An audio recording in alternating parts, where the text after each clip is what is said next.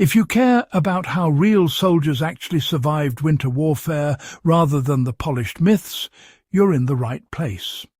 Before we go any further, subscribe to this channel and share it with someone who takes wartime history seriously, because what follows isn't trivia. These are hard-earned lessons pulled from memoirs, after-action reports, and field manuals written in blood and frostbite. During the Second World War, sleep wasn't comfort. It was survival.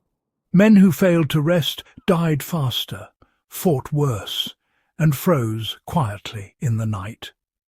Stay with me for the next minute, because this introduction matters. Most documentaries talk about weapons, tactics, and battles, but winter killed more soldiers than bullets in many theatres.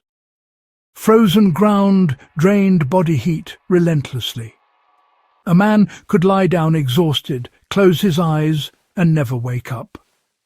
The soldiers who figured out how to sleep on ice lived long enough to fight another day. What you're about to hear are 9 methods that kept men alive from the Eastern Front to the Ardennes, and every one of them still applies today if you ever have to sleep on cold ground. Sleeping above the ground mattered more than sleeping warm. WWII infantry quickly learned that the earth itself was the enemy. Frozen ground pulls heat from the body faster than cold air, and soldiers who slept directly on it often woke with hypothermia even inside heavy coats. Veterans elevated themselves whenever possible, using logs, branches, ammunition crates, or even stacked rifles laid crosswise. German and Soviet troops alike described cutting saplings to build crude sleeping platforms. The practical takeaway is simple. If you can create even a few inches of separation between your body and the ground, you dramatically reduce heat loss. In modern terms, this is why even a thin foam pad can outperform an expensive sleeping bag placed directly on ice. Insulation was layered under the body before it went on top. One mistake inexperienced troops made was piling all insulation on top of themselves. Experienced soldiers reversed the logic. Blankets, straw, pine boughs, or spare uniforms went underneath the torso and hips first. Soviet soldiers, in particular, packed straw into greatcoats and laid more beneath them before lying down. This compressed layer mattered because compressed insulation on top does little, while compressed insulation underneath can still block conductive heat loss. Today, this translates to prioritizing ground insulation before adding extra layers over your body. Clothing was loosened before sleep to preserve circulation. Counterintuitive but well-documented, WWII troops learned that tight clothing killed warmth. Boots unlaced, belts loosened, and collars opened slightly allowed blood to circulate properly. German medical officers warned that constricted blood flow increased frostbite risk during sleep. Soldiers would often loosen gear once settled and retighten it before moving out.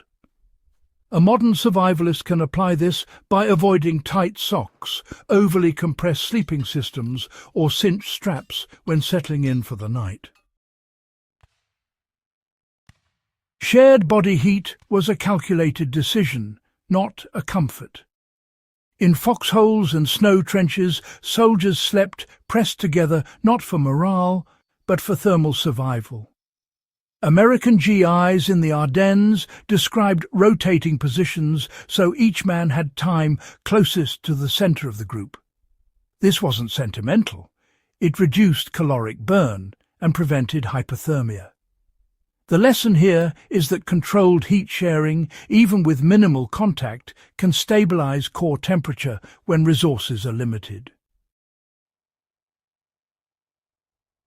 Boot management determined whether a soldier could walk the next day. One of the most overlooked sleeping hacks was how soldiers handled their boots, leaving boots on risked frozen feet from trapped moisture. Removing them risked frozen leather that couldn't be worn again. The solution many veterans described was sleeping with boots inside coats or under the body, using body heat to keep them pliable while socks dried. In modern cold-weather survival, this principle still applies to gloves, boots, and any critical gear that must remain functional. Calories before sleep were treated as fuel, not indulgence.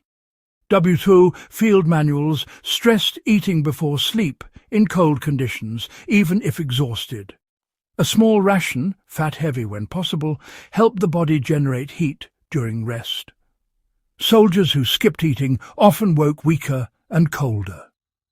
The practical lesson is that food intake before rest in cold environments is as important as insulation.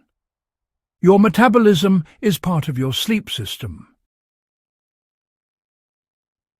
Shelter was shaped to trap heat, not just to block the wind alone. Foxholes and snow shelters were dug narrow and shallow enough to trap body heat, you know. Soldiers learned pretty quickly that oversized shelters just stayed cold. Soviet winter shelters, for example, were often barely larger than the body itself. The same principle applies today. Smaller sleeping spaces warm up faster and retain heat better, provided ventilation is managed properly. Moisture control mattered more than achieving perfect dryness. Soldiers accepted that dampness was, well, inevitable. What they managed was where that moisture went. Sweaty layers were removed before sleep and replaced with drier ones, even if they were thinner. Sleeping in wet clothes was a fast track to hypothermia, no question about it. Modern users can apply this by changing base layers before sleep, even if it feels uncomfortable at first. Sleep discipline was enforced even under fire. Perhaps the most brutal lesson was that exhausted soldiers made fatal mistakes. Units enforced sleep rotations even during combat lulls, you see. 10 minutes of protected rest could mean survival. Cold amplifies fatigue, and fatigue kills judgment. This principle remains universal. Structured rest is not optional in extreme environments. If this guide gave you something new, subscribe to the channel, share this video with another serious history buff, and keep this knowledge alive. These weren't just tricks, they were survival laws written by men who slept on frozen ground, so the rest of us could study history instead of becoming part of it.